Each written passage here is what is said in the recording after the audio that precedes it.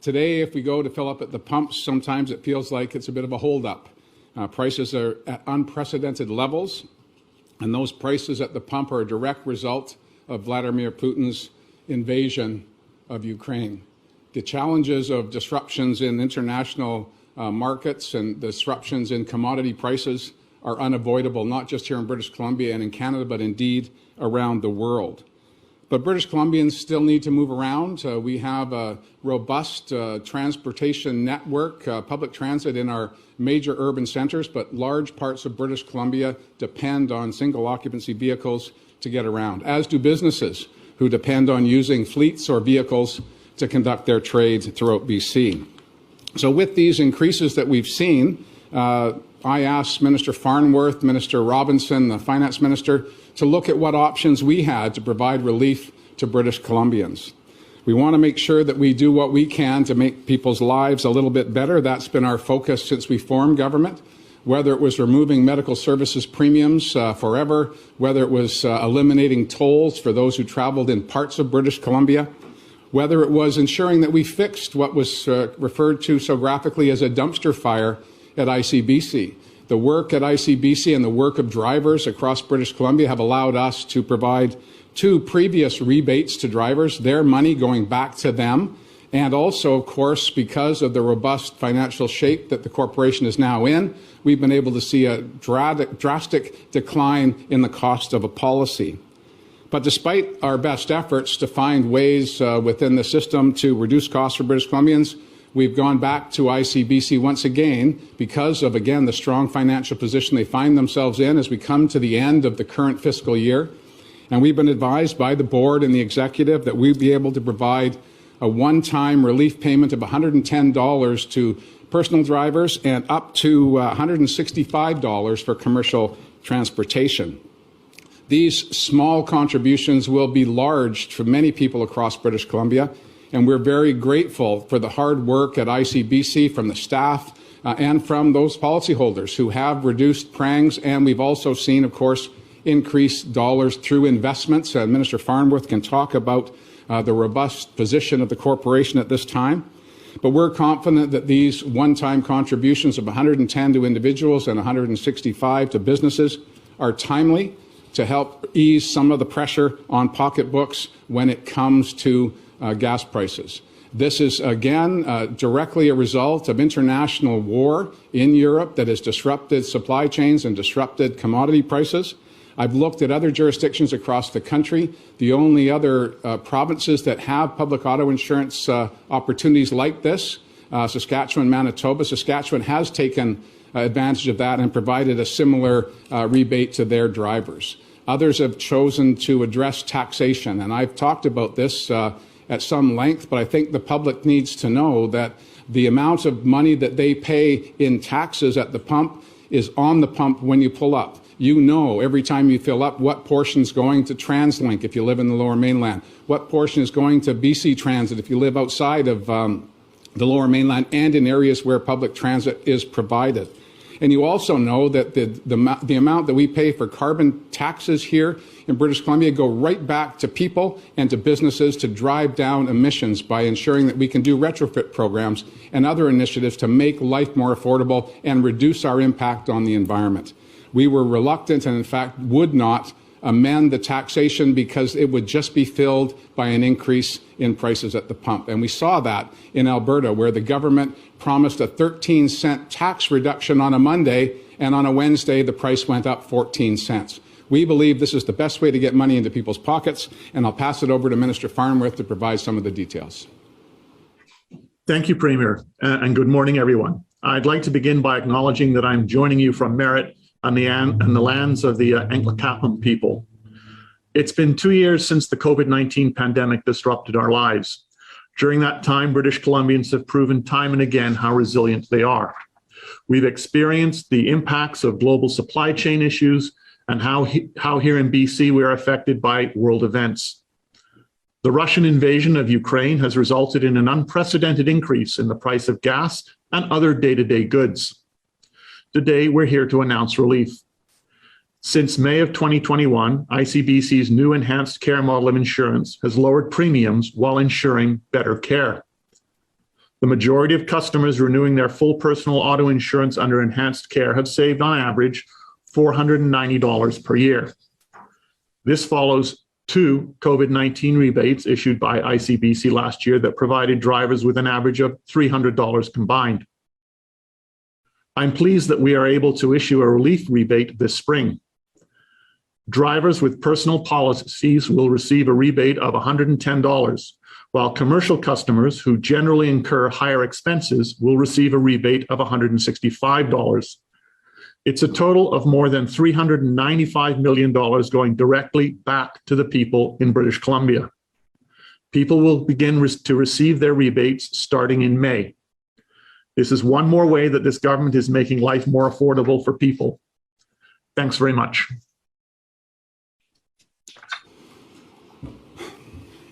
Thank you. As a reminder to media on the phone line, please press *1 to enter the queue. You're limited to 1 question and 1 follow-up. First question today is from Rob Shaw, Check News. Oh, hi, Premier. I know that TransLink yesterday announced it's raising fares 2.3%, and I think there's an argument some people have made of why not use some of this money for public transit here in Victoria or in Vancouver, lower the prices there rather than give it to motorists directly and make a more economical or better overall solution through public transit. Did you think about that, or why wasn't that part of this?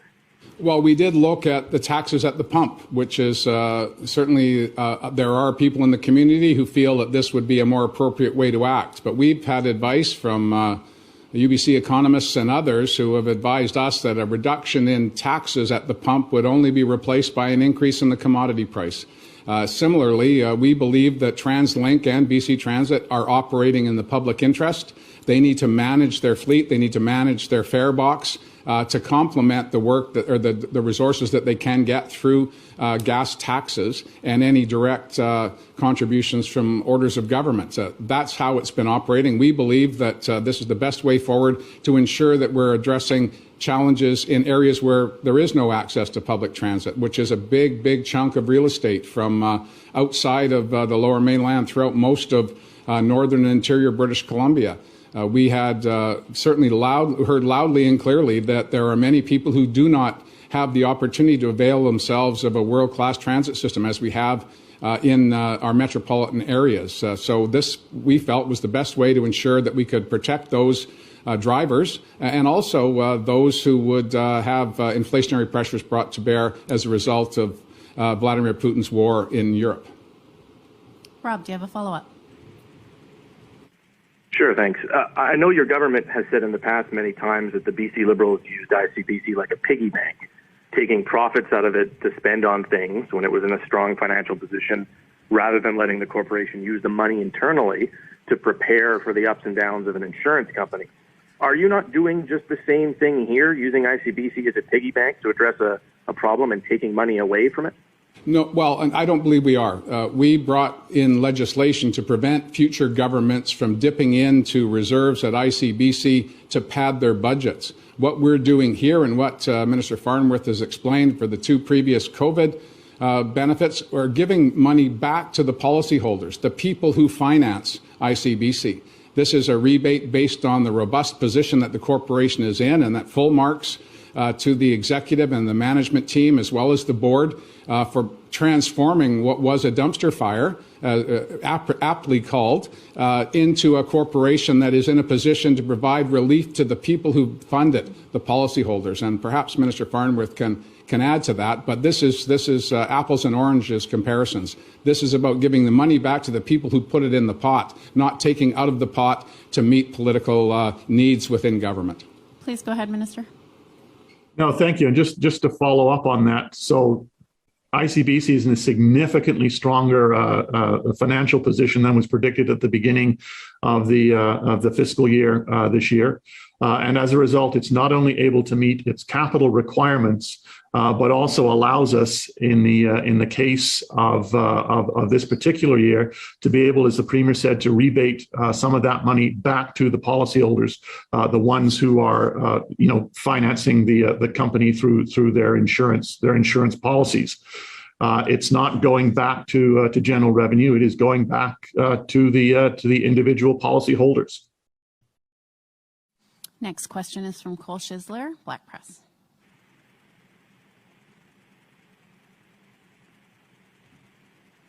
Are you there, Cole? Okay. Sorry, hi, can you hear me now? Yeah. Yeah, thanks for taking my question. So at $110 for the average driver, depending on where you live, that's about a tank and a half of gas, maybe less. How far is this $110 really going to go to make life more affordable for British Columbia? Well, I think it's a significant contribution at a very difficult time for drivers as they look at the price at the pump. To know that there's relief on the way, I think is going to be positive news. I appreciate that government can't buffet or protect consumers from runaway prices other than using the tools that are at our disposal to reduce costs. And in this instance, we're able to provide an amount of money back to policyholders, to drivers, to help them along the way. I believe that it'll be welcomed. It is, again, by comparison to the move in Alberta, which won't take effect until April 1st, it was based on the price of the commodity, and it was going to be a direct tax reduction, which would work out to about $5 a week. So $110 in a one-time fund, or $5 a week as the Alberta situation is going to manifest itself, I think will be welcomed. Certainly in border communities where there's an opportunity to shop across the line. We want to, of course, keep people in British Columbia, but consumers are driven by price and the price point. They'll make those choices, those personal choices, and we'll leave them to do that. Cole, do you have a follow-up? Yeah. Sorry, I lost my question a bit there. If prices skyrocket further, if we go back to the over 220 mark at the pump, does the government have further measures that you can take, and can you shed light on what further measures might be at the government's disposal? Well, Cole, we're making an announcement today. We have capacity to make other announcements in the future, but we're monitoring inflationary pressures, not just at the pump, but across the economy, and we're always ready to step in if the need arises. But today's announcement stands on its own. It will assist businesses, it will assist drivers, and we have other tools at our disposal that we're looking at for other interventions as the spring unfolds and we get into the summer. We do not know what the consequences of Vladimir Putin's aggression in Ukraine, a war in Ukraine, will have on the global economy, the global marketplace. So all governments, not just British Columbia, and I think this is a caution for people who are tuning in right now and hearing me speak, that we are not out of the woods yet. We are in for a series of a time of instability here in British Columbia and in Canada and indeed around the world. And so we want to ensure that we're able to respond. The Minister of Finance looked at this very carefully through our processes. We didn't act swiftly, as some will argue. I'm sure I can almost read the Liberal press release now, but we acted prudently. We made sure that we waited till near the end of the fiscal year so that ICBC could have a clear picture of what their financial situation was. That's a responsible thing to do. I pride our government on our ability to be prudent, be focused, but also at the center of everything we do, have people in mind. So as the summer progresses, as the spring progresses into summer, if there are further inflationary pressures, we'll be working to try and find ways to reduce costs for people. Next question is from Yvonne Raymond, CTV, Vancouver Island. Hi, I'm just wondering how you came up with $110 for personal vehicles and $165 for commercial. What's the significance behind the exact number? Well, I'll pass that to Minister Farnworth to respond. It's a direct result of the financial situation at ICBC, and he can shed some light on that.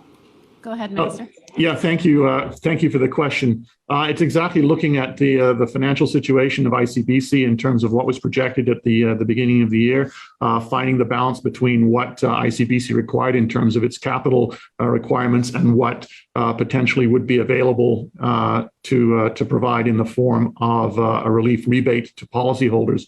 That's how we came up with the number, and it's about $395, $400 million. that would be available, and then recognizing that commercial vehicles are on the road more, have more expenses, and so the $110 and the $165 was achieved on that basis. As a way of ensuring that everybody is treated equitably, but also recognizing from the commercial vehicle perspective that they do have some higher operating costs. Follow up, Yvonne? No, thank you. Thank you. Next question is from Vaughn Palmer, Vancouver Sun. Good day, Premier. Good day, Minister. If ICBC can afford to give this kind of money back to policyholders, doesn't that suggest that ICBC was overcharging and should have been offering these rebates this month in any event? Well, I'll let Mike answer the substance of that, Vaughn, but the available resource to do this is a result largely of investments that ICBC makes, as you know, to ensure that they have appropriate funds to manage any eventuality going forward. And the instability caused in the marketplace has led to an increase in value for commodities that ICBC may invest in, but Mike can give you more detail on that. But it wasn't about too many policy dollars in the pot. It was about having a positive year end as a result of investments that the corporation makes on behalf of policyholders. Go ahead, Minister. Yeah, no, thank you. And just following up on that, what we've seen since the reduction of enhanced care was the a reduction in rates on average of about 20%. The rates being frozen in place, working through the Utilities Commission. So for 3 years of stability, rate stability, that has allowed, with the, as the Premier stated, the investment returns that ICBC has received to not only deal with the financial position that it was in, to significantly move to rebuilding the capital reserves for the minimum capital test that's required in the plan that's in place around that. And recognizing that because of the good financial management, there has been this ability to provide a one-time rebate based on the performance of the ICBC over the past year. Vaughn, do you have a follow-up? Yes, please. Premier, you and Bruce Ralston have both referred to a pending report from the BC Utilities Commission with its recommendations on how to proceed to manage or otherwise deal with gasoline prices. And several times referred to that it's coming soon. What can people, first of all, when can we expect to see that report, and what can people expect that it will lead to? Well, Vaughn, I'm not aware of the timing of the report, nor am I aware of the content, but I can say broadly to drivers, one of the initiatives that we brought forward, as you know well, was to bring forward legislation to ensure that the Commission had the ability to look into unusual increases in the price at the pump, to ensure that there was an explanation as to why the prices were going up. That allows customers, British Columbians, to have confidence that there's no gouging going on. You've been covering this issue for a long, long time, and you know that whenever there's a spike in prices, there's an immediate expectation that there's gouging going on. The anti-tax crowd says it's all about taxes. The taxes stayed the same. The price of the commodity goes up. And so allowing the Utilities Commission, those who have expertise in the field, to review these increases and to determine why the price went up, how it was being how it will decline over time, I think is useful for the traveling public. And more importantly, it's useful for all British Columbians, whether they drive a car or not, to know that we're not being gouged because of challenges in other markets. So I think that the review will be useful for government to understand what's happening in the marketplace, not from a partisan perspective, but from an independent perspective, which is what the people at the Commission can provide for not just government, for British Columbia. Keith Baldry, Global News. Oh, hi, Lindsay. Was that me? Yes, please. Given the robust financial health of ICBC, it begs the question, why wasn't the rebate even bigger? It wasn't just investment income at ICBC that has a better bottom line. Also, claims are dropping dramatically. Was the expectation perhaps a little out there that this rebate would have been higher than 110? Rick McCandless, former civil servant who has intervener status at the Utilities Commission, his analysis suggested it could afford at least $125 this year. Thank you for the question. And I know Rick, and I know that he is among a handful of experts on this issue, and I certainly value his input. But I have to say, and you will know this, Keith, that finance ministers, certainly for the past 5 years, have looked with dread at the bottom line at ICBC because it swings so much in short periods of time.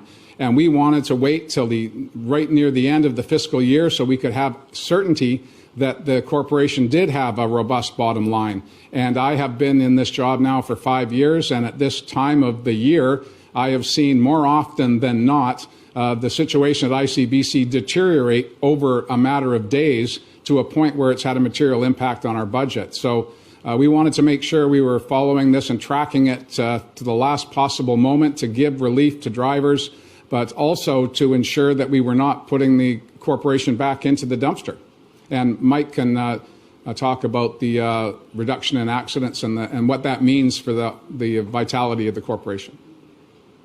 Yeah, no, we have seen a reduction in accidents, certainly through the period of COVID, but we are coming out of COVID and we are seeing more and more people on the road, people getting out to travel again in a way that they haven't been able to do for the last few years. And so it's been critical that we try and maintain that balance between recognizing the strong financial position that ICBC has found itself in at the year end, with a recognition that while claims have gone down during the COVID period, the reality is we are moving out of that. And we may well see, a potential increase. So it's that balance between ensuring recognizing the strong financial position, what ICBC requires, and the surplus or the unexpected, the windfall, if you like, that we can return to policyholders in the form of a relief rebate. Keith, do you have a follow-up? Yeah, given again the dramatic turnaround in ICBC finances and the fiscal plan itself, the 3-year fiscal plan projects more modest surpluses in the next couple of years. But is it realistic for policyholders now to expect rebates each and every year? That's a good question, and we have been fortunate, as Minister Farnworth has said, to have surpluses that were sufficient to provide funds back to the policyholders, and that was welcome news, and this, I'm sure, will be welcome news as well. But we want to make sure that we're taking these steps as they come rather than looking too far down the road. We want to protect the hard work of drivers and the team at ICBC to get it back into a position where we can make decisions like this. And taking advantage too soon of that positive situation could well imperil any more success going forward. We want to make sure rates stay low, and the way to do that is to allow the corporation to make these decisions in consultation with the board and the government. And that's what we've been doing. And we'll keep on that track, always mindful that again, from our own personal experience, much less the experience of drivers over the past decade, the cost of car insurance was unsustainable for many individuals and families. We've been able to turn that around because of hard work by the corporation and by the team that we sent in to find a way forward. We want to make sure we don't lose track of that. Our last question today comes from Mira Baines, CBC. Okay. Premier, I know you mentioned that you'll be monitoring gas prices and the situation that's happening in Ukraine, but I'm wondering, do you have any sort of a hard date when you'll be reviewing gas prices again? You know, this is a one-time only rebate right now, but could we see another rebate in the future? Well, we do have, as I said, in response to another question, there are other mechanisms that we're looking at. We did look at, but we have a challenging period ahead of us. As I said, the instability and the aggression of Vladimir Putin is going to be affecting us for some period of time, not just at the pumps, but at the checkout at the grocery store and a host of other areas. And we want to make sure that we're monitoring that ensuring that we have the resources to respond when required. I have been engaging with my colleagues, the premiers across the country, on this issue. We were driven by consensus, the Council of the Federation, and we weren't able to reach consensus on how we would approach the federal government to see what steps they could take. But I do know I'm meeting with the Prime Minister next week, and affordability, inflation, the consequences that will have on a range of issues that are before our government and before the people of BC will be a very high priority. Mira, do you have a follow-up? Yes, and so this is a question just on another front for the Premier. We're just wondering whether NDP leader Jagmeet Singh sought advice from you regarding the confidence and supply agreement. Did he talk to you about it at all, and what advice did you give him, if any? Well, we did talk about it early on, shortly after the election, and before the agreement was announced earlier this week. I'm pleased to say that the work that we did, Andrew Weaver and I, to create a CASA agreement here in British Columbia to provide stable government through our minority period has been duplicated in other jurisdictions. Yukon is using a similar model for their minority parliament right now. When there were minority governments in New Brunswick and Newfoundland, I spoke to not just the premiers but the opposition leaders about how we were able to find a way to cooperate. And I did have that conversation with the Prime Minister as well as with Jagmeet Singh. I believe that what British Columbians and Canadians want is for elected representatives to cooperate and collaborate to get outcomes for them. Only the most fierce of partisans, and you've seen this in the response to the agreement that was reached by Mr. Singh and Mr. Trudeau, only the fiercest of partisans would want to continue fighting an election that was concluded last fall. What Canadians want is for their elected representatives, wherever they come from, whatever their political stripe, roll up your sleeves and work for us. Get things done for us. And I believe the confidence and supply agreement that we had here in British Columbia, as well as those that have followed, will set the template for how minority governments work now and into the future. And I would hope that the success of these approaches would allow majority governments to be more flexible in their engagements with opposition parties. And I would also hope that opposition parties would see the opportunity to be partners in the delivery of programs rather than just adversaries. Obviously, we need in our system to have an adversarial relationship in the legislature or the House of Commons so that we can get better outcomes. But I think you can also get better outcomes from cooperating rather than just punching each other in the face.